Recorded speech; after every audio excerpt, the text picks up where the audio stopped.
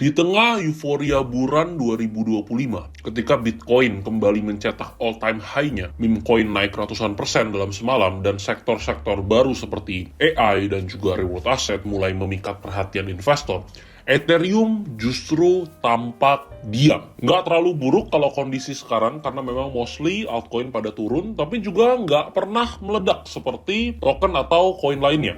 Ini membuat banyak orang mulai bertanya-tanya, apakah Ethereum sudah kehilangan momentum? Apakah ETH masih pantas dipertahankan dalam portofolio investasi? Atau justru saatnya beralih ke aset lain? Untuk menjawab itu, pastikan kalian tonton sampai habis. Karena di video ini, kita akan sama-sama membahas apa itu Ethereum, bagaimana perjalanannya, kegunaannya, dan apa yang sebenarnya terjadi di market saat ini. Sampai juga nanti kita akan bahas mengenai target realistis untuk Ethereum di cycle kali ini. Ethereum adalah sebuah platform blockchain terdesentralisasi yang dirancang untuk memungkinkan developer untuk mengembangkan aplikasi berbasis smart contract. Jadi tidak seperti Bitcoin yang fungsi utamanya dan fokusnya adalah sebagai store of value, Ethereum dibangun sebagai ekosistem. Di atas Ethereum lah lahir ribuan project crypto mulai dari DeFi, NFT, hingga DAO. ETH sendiri adalah native token dari jaringan Ethereum. ETH digunakan untuk membayar biaya transaksi atau yang kita kenal dengan nama gas fee, lalu memberi insentif pada validator jaringan, dan menjadi bahan bakar bagi segala aktivitas di blockchain ini. Tanpa ETH,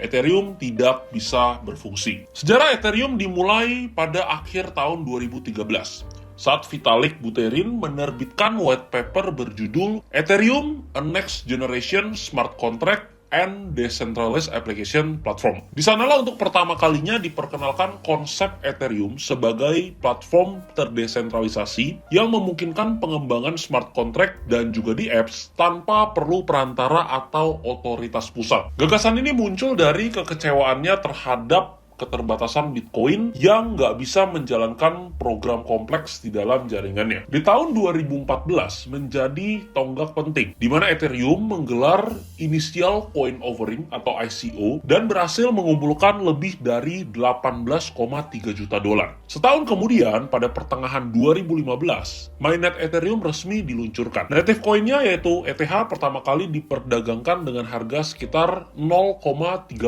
dolar per kepingnya, atau sekitar 3 ribuan aja kalau dalam rupiah. Masuk ke 2017 sampai 2018, harga melonjak dan realita pahit dari bear market. Popularitas Ethereum mulai meledak di tahun 2017. Di awal tahun itu, ETH masih di bawah 20 dolar. Tapi dalam waktu singkat, harganya melonjak drastis, menembus 1.400 dolar di awal 2018.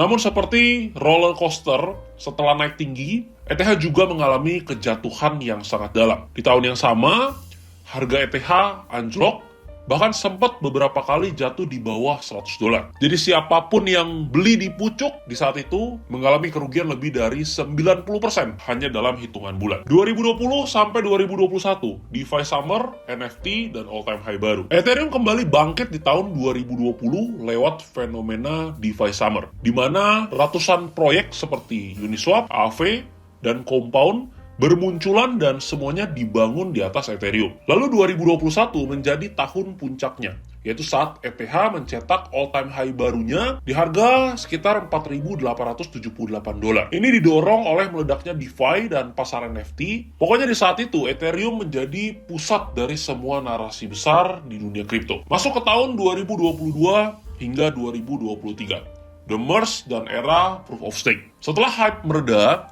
Ethereum mulai masuk ke fase konsolidasi di tengah bear market global. Tapi justru di masa ini pengembangan teknologinya makin matang. Di tahun 2022, Ethereum resmi beralih ke proof of stake melalui the merge yang sukses menurunkan konsumsi energi jaringan hingga 99,9%. Lalu pada 2023, hadirlah Shanghai Upgrade yang membuka akses unstaking. Hal ini menjadikan staking Ethereum lebih fleksibel dan menarik bagi investor jangka panjang. 2024, Denchun Upgrade dan Ethereum Spot ETF disetujui. Jadi Ethereum meluncurkan Denchun Upgrade dengan fitur andalan Proto Danksharding yang memperkuat efisiensi transaksi layer 2 seperti Arbitrum dan Optimism. Di sisi lain, Momen penting terjadi saat Ethereum Spot ETF akhirnya disetujui oleh SEC. Oh ya, tadi yang Arbitrum dan Optimism-nya akhirnya udah jadi OPBNB. Nanti kita akan bahas di lain video. Cuman layer 2 lah ya, misalkan seperti Arbitrum. Lalu dengan adanya Spot ETF juga, ini menjadi sinyal besar bahwa ETH mulai diterima sebagai aset institusional. 2025, Spectra upgrade dan masa depan Ethereum. 2025 Ethereum terus menunjukkan kematangan teknologinya lewat Spectra upgrade. Gabungan dari Prague untuk eksekusi dan Electra untuk konsensus. Salah satu fitur utamanya EIP 3074 memungkinkan wallet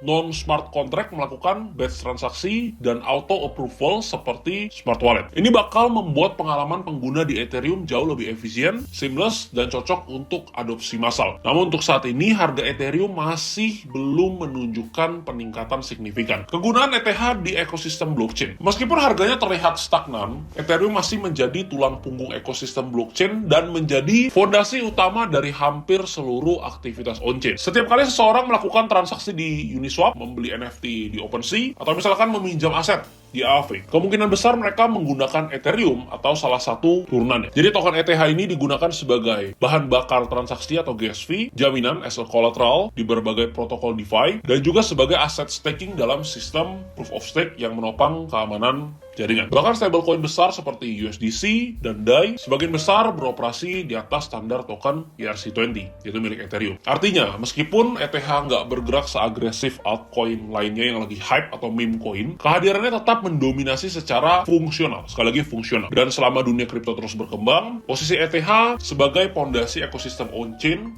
akan sulit tergantikan. Kenapa ETH tidak perform di bulan 2025 ini? Pertanyaan ini sangat wajar muncul, apalagi ketika hampir semua sektor lain sedang naik daun. Kenapa Ethereum, aset sebesar ini, justru terlihat lambat? Padahal secara teknikal dan fundamental, Ethereum bukan tanpa perkembangan. Sejak pertengahan 2024, ETF Spot Ethereum bahkan sudah disetujui oleh SEC. Ini seharusnya bisa menjadi momen besar bagi ETH. Momen yang dulunya diprediksi bisa mendorong harga menembus all-time high. Seperti yang terjadi pada Bitcoin ketika ETF Spot-nya diluncurkan. Namun realitanya berbeda. Pasca peluncuran ETF Spot ETH, harga Ethereum memang sempat naik, tapi tidak mengalami lonjakan tajam seperti Bitcoin. Salah satu alasannya adalah dominasi Bitcoin yang masih sangat kuat. Setelah peluncuran ETF Spot, arus modal institusional masih lebih banyak mengalir ke Bitcoin. Bitcoin tetap menjadi pintu masuk utama bagi institusi karena dianggap jauh lebih aman, stabil, dan sudah lebih mapan sebagai aset digital serta konsep store of value-nya. Akibatnya, meskipun Ethereum juga mendapatkan validasi institusional melalui ETF-nya, namun posisi ETH tetap berada di bayang-bayang Bitcoin. Saat ini investor juga banyak mengejar narasi baru seperti token AI, real world asset, layer 1 alternatif seperti Solana, dan meme coin hype driven yang lebih berhasil mencuri perhatian retail. Ethereum memang sudah melakukan upgrade teknis yang luar biasa, sekali lagi fungsional, tapi update seperti misalkan Dungeon upgrade jarang dipahami publik, secara retail jarang dipahami dan sulit menjadi magnet FOMO di sosial media. Ethereum juga dianggap terlalu besar untuk bisa naik puluhan kali lipat dari harga sekarang. Dan kembali lagi, Ethereum dengan isu biaya dan skalabilitas, meskipun layer 2 seperti Arbitrum sudah aktif, banyak pengguna baru yang masih menilai Ethereum mahal dan kurang user friendly dibandingkan chain lain seperti Solana yang menawarkan transaksi super murah dan cepat. Lalu apa hubungannya Ethereum dengan alt season? Secara historis, Ethereum sering menjadi indikator awal alt season dan dalam setiap siklus buruan kripto. Alt season biasanya datang setelah fase dominasi Bitcoin. Di saat Bitcoin mulai stagnan setelah rally besar, para investor mulai mengalihkan perhatiannya ke altcoin dan Ethereum yang sering menjadi pintu gerbang pertama sehingga Ethereum dijuluki sebagai pemimpin alt season. Namun di siklus kali ini, tren itu sedikit berubah. Ethereum justru tidak memimpin alt season. Banyak investor yang langsung melompat ke ekosistem Solana atau token microcap ya, yang punya cap kecil, atau naratif koin yang sedang ramai diperbincangkan. Tapi bukan berarti Ethereum akan terus tertinggal. Biasa setelah fase hype mereda dan market mulai menyaring mana proyek yang bertahan, investor akan kembali ke aset yang memiliki fundamental kuat, likuiditas tinggi, dan utilitas nyata. Dan di titik itulah Ethereum berpeluang kembali menjadi pusat perhatian. Jadi apakah ETH masih layak disimpan? Jawabannya tergantung tujuan investasi kalian. Jika kamu mencari aset yang bisa naik 10 kali dalam sebulan, dalam 3 bulan, ETH mungkin bukan jawabannya. Tapi kalau kamu adalah investor yang berpikir secara